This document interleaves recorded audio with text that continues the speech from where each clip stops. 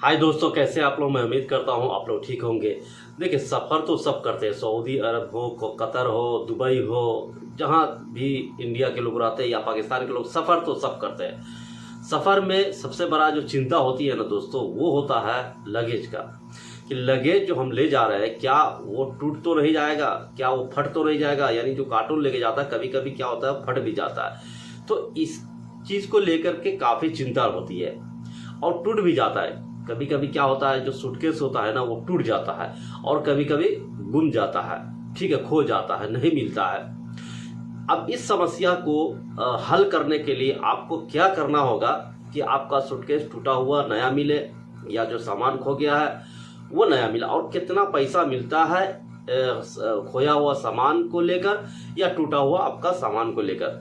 सारी चीज आपको इसी वीडियो में पता चलेगा दोस्तों, बने रहिएगा। दूसरी खबर है दोस्तों कि कंपनी से कॉन्ट्रैक्ट कैंसिल करने का क्या नियम है। क्या आप बीच में कॉन्ट्रैक्ट कैंसिल कर सकते हैं या नहीं, या पूरा ही करना होगा आपको कॉन्ट्रैक्ट, तभी आप छोड़ सकते हैं। कभी कभी क्या होता है कि हमें कंपनी समझ में नहीं आती है या कंपनी को कभी हम समझ में नहीं आते हैं।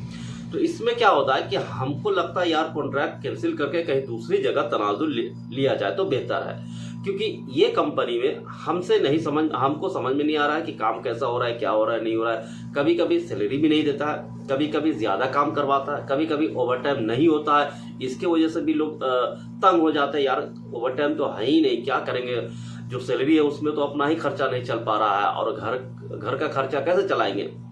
तो इस समस्या को हल करने के लिए काफी लोग ऐसे हैं जो सोचते हैं कि किसी तरह से इसको हम कॉन्ट्रैक्ट को कैंसिल करके हम दूसरा कोई कंपनी में कॉन्ट्रैक्ट लें।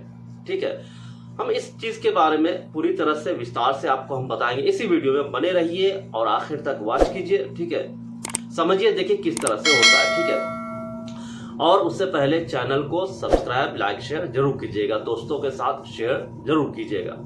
सबसे पहले लगेज के बारे में बात कर लेते हैं। Saudi general Authority Civil Aviation यानी GACA ने सभी यात्रियों के लिए एक अहम निर्देश जारी किया है। यह निर्देश उन यात्रियों के लिए है जिनका लगेज एयरपोर्ट पर टूट जाता है, डिले हो जाता है या गुम जाता है। अगर आप सऊदी अरब से यात्रा करते हैं और आपके साथ ऐसा कुछ भी होता है तो आपको उसकी कंप्लेंट जरूर दर्ज करानी चाहिए। सऊदी अरब के किसी भी एयरपोर्ट पर अगर आपका लगेज गुम हो जाता है या टूट जाता है तो आपको तुरंत एयरपोर्ट काउंटर पर जाकर इसकी कंप्लेंट दर्ज करनी चाहिए।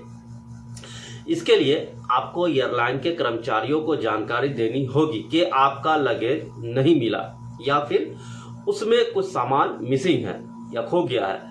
यह कदम उठाने से पहले ये सुनिश्चित कर लीजिएगा कि आप करेक्ट एयरलाइन और फ्लाइट के बारे में जानकारी दे रहे हैं। जिस फ्लाइट में आए हैं उसी का आप जानकारी दीजिएगा, या जिस एयरलाइन से आए उसी का जानकारी दीजिएगा। अगर गलत दीजिएगा तो शायद आपको न मिलेगा।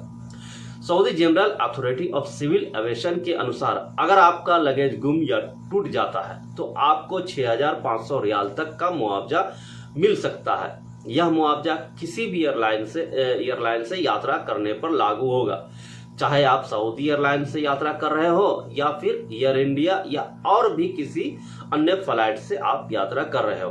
हर किसी का 6,500 रुपया रेट है।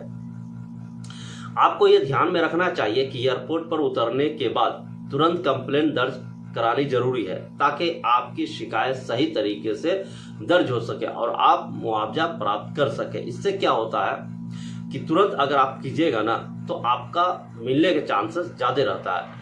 अगर आप सऊदी अरबिया यात्रा पर है और आपका लगेज गुम गया है या टूट गया है तो अब आपको चिंता करने की जरूरत नहीं है। GACA के निर्देशों के तहत आपको मुआवजा देने की प्रक्रिया बहुत सरल और स्पष्ट है। बस ध्यान रखें कि कंप्लेंट जल्द से जल्द दर्ज करवाएं और आपको 6,500 रियाल तक का मुआवजा मिलने का मौका मिलेगा। ठीक है, तो ये कुछ अपडेट थी दोस्तों। अब आते हैं दूसरी बड़ी खबरों पर। सऊदी में अगर आप काम करते हैं तो आपको वहां के श्रम के बारे में जानना चाहिए। बता दें कि सऊदी श्रम कानून का अनुच्छेद 74 सऊदी अरब में किसी कर्मचारी या नियोक्ता द्वारा कॉन्ट्रैक्ट को समाप्त करने के लिए 7 शर्तें निर्धारित करता है, जिसमें अधूरा नौकरी यानी बीच में छोड़ने वाला नौकरी कॉन्ट्रैक्ट भी शामिल है। चलिए इसके बारे में डिटेल में हम जानते हैं दोस्तों। सऊदी श्रम कानून का अनुच्छेद 74 में एक रोजगार कॉन्ट्रैक्ट कंप्लीट टर्मिनेटेड के बारे में है। अच्छा, ये जो अनुच्छेद है ना, अच्छी तरह समझिएगा। अनुच्छेद 1, 2, 3, 4 है, ठीक है, 6 तक है।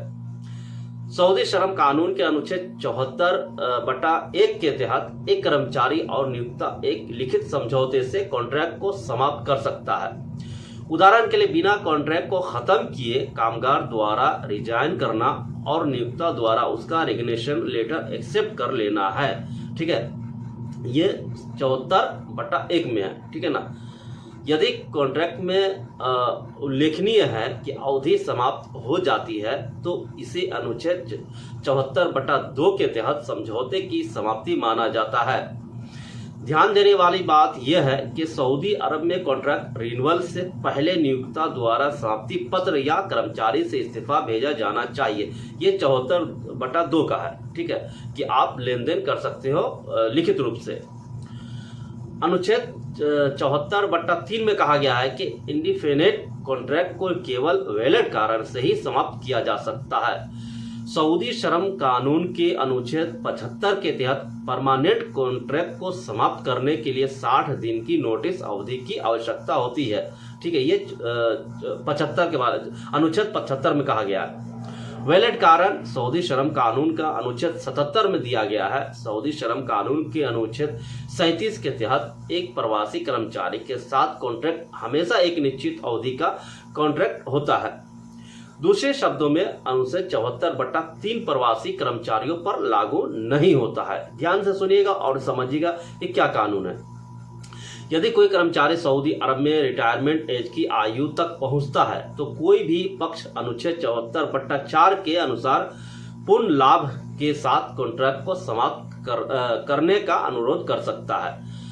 मर्द के लिए रिटायरमेंट की एज है 60 साल, औरतों के लिए रिटायरमेंट की एज है 55 साल। सऊदी अरब में अगर आप काम करते हैं तो, ठीक है।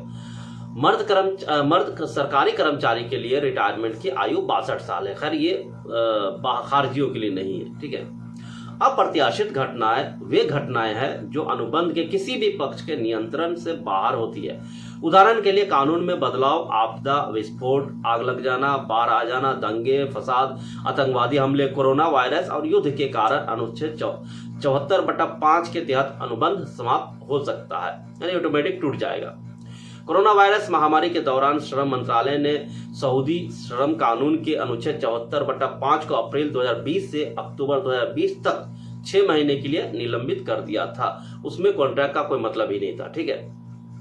यदि कंपनी या व्यवसाय अस्थायी रूप से बंद हो गया है तो सऊदी श्रम कानून के अनुच्छेद 74/6 के तहत एक अनुबंध स्वचालित रूप से समाप्त हो जाता है, या रेड जोन में चला गया कंपनी तो भी समाप्त हो जाता है आपका कॉन्ट्रैक्ट, ठीक है।